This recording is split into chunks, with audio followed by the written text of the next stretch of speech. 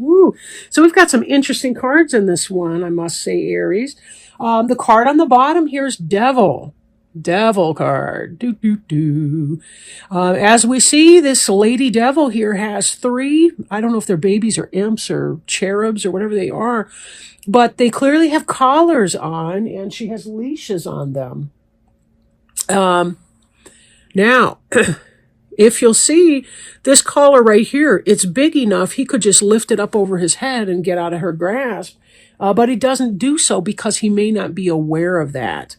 Like so many of our vices, we don't realize how we become enslaved to them over time if we're not careful. This can be addiction. This can be unhealthy or toxic relationship or persons. This can be any kind of thing that we put, anything we make our higher power. Can really be represented in this Devil card. Anything that's too darn important to us as well. So we will see how this plays out as we get to the rest of the cards. So let me do that, and we'll have a better perspective perhaps for the influence that Devil card has in your reading. So Aries, we start off here with Lover's card. The Lover's card is the Gemini card. It's a card of duality. It's represented here by the number 6. And in this card, we can see here this lady who's sitting in the bed, she's reading a letter from her boyfriend, and his picture's right there in black and white at the tip of my index finger. She's got a vampire jumping in the window right here, and she's kind of intrigued because her nice boyfriend who looks good on paper doesn't incite her passion the way this vampire leaping through the window does. The dog is looking to her to know what to do here. The Lover's card can be just that. It can be lovers, soulmates, twin flame. Then again, it could be that conflict, that ambivalence that people feel, that need to make a head versus heart decision, like the gal in the bed here. Her head is telling her that the guy makes more sense in the photograph, but her heart is telling her, who's the sexy vampire coming in the window here? So either way, this can be about making a big decision, head or heart decision, right? In love or in some other area. Now we look here at the Seven of Ghosts card. The Seven of Ghosts has to do with options. And the person here down below that's holding the cat on his shoulder has lots and lots of different fantasy ideas. This is a person who's not yet ready to commit to any one way or one person or one idea with that, but is rather kind of having wishful thinking about some of the options in life, some of the things that he or she can attain. Right? So again, we see here this head or heart decision. And we also see lots and lots of options. So the person might be thinking, yeah, I'd like to fall in love and get married, but, playing around, playing in the field sounds fun too at the same time. So this may be a person who really doesn't know yet which way he or she wants to go. But they have lots of options for doing it. And then here we see the Page of Pumpkins. And pumpkins is the earth sign here. So that's Taurus, Virgo, or Capricorn. It's our earth element. And the page is a student, typically. Now, this one looks a little bit like Wednesday from the Addams Family. But this is someone who's curious about the world, the earth, the way it works. She's put her books down and she's learning from the things in the world, which is much like a scholar does. Children, they learn about physics from playing outside. If they're not strapped to a computer. But they learn a lot that way. And this has to do also with the beginning of a business enterprise, kind of getting those ideas for that. Again, maybe not, the Knight of Pumpkins would be going out to take that energy of knowledge and test it in the real world where this person's still studying. And that is a similar energy to what we saw here in the Seven of Ghosts, where the person is looking at things, contemplating things, but not yet really able to commit either way, right? Same thing with this lady. There's no commitment here. She's simply looking to see what will happen next. The longer she waits, though, the more loss of choice she actually will have, right? Because that vampire is going to have his own decisions to make. He looks a lot more decisive than she does at this point. But let's play the tape through here. So we have a person who's Conflicted has a lot of different options and so forth, but isn't really sure, what to do with that. Now, there's a lot of options. And then we see here the Three of Ghosts. Now, this is the energy that's being moved from the Lovers into the Three of Ghosts energy. So this could be, as in lovers and marriage and the celebration of that. Or it could be the person's contemplating that lover and it winds up being a third party situation. Remember, if she gets out of that bed with the vampire, if they go off together, this guy, I think his name is Jonathan from the Bram Stoker Dracula book. But this guy, Jonathan, is going to be left out in the cold. That will be a third party situation, right? So there's a potential there that that's what it could be. So be careful who you've got your eyes on right now, Aries. Bad karma is very easy to create.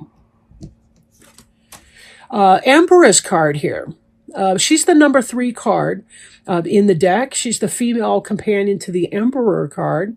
Although the energy is pretty fluid here either way. She just has more to do with the Mother Earth type energy. And in this, she's really the quintessential woman. She's, in spite of the fact that they've got the Bride of Frankenstein playing her, right? But she's kind of the quintessential woman. She's the queens of all the other 4 decks are really embodied. She has a balance, a positive balance of each of those elemental energies. And she is someone who's the loving wife and mother. She doesn't just run a household. She's an empress, right? She's a businesswoman and a family woman. And she's got it all going on. Again, emphasis is not specifically woman, but it is a maternal energy type card. And this Empress, trying to think here. I'm drawing a blank. If there's let's see, Aries is associated with Emperor.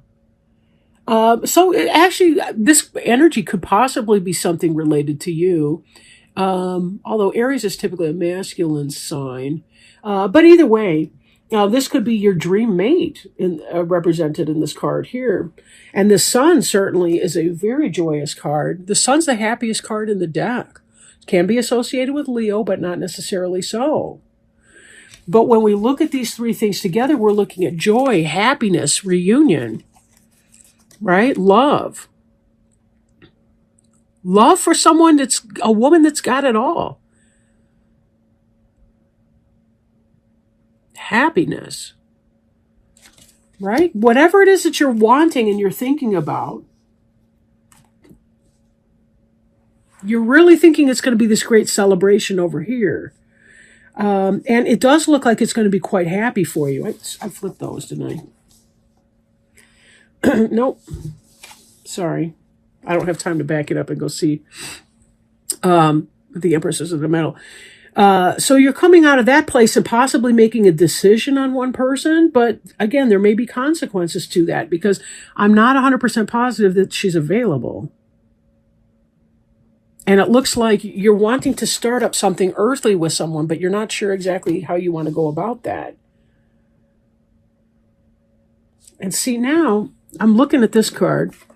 This is kind of the on your mind final outcome card. We've got somebody stealing the trick-or-treaters' Halloween candy. So there's very much a disappointment and loss because somebody else stole this away. So again, what is this, Aries? This looks like you're, whoops, sorry, I'm not even well in frame. This kind of looks like you're contemplating a third-party situation with somebody who belongs to someone else. That's kind of how it's reading.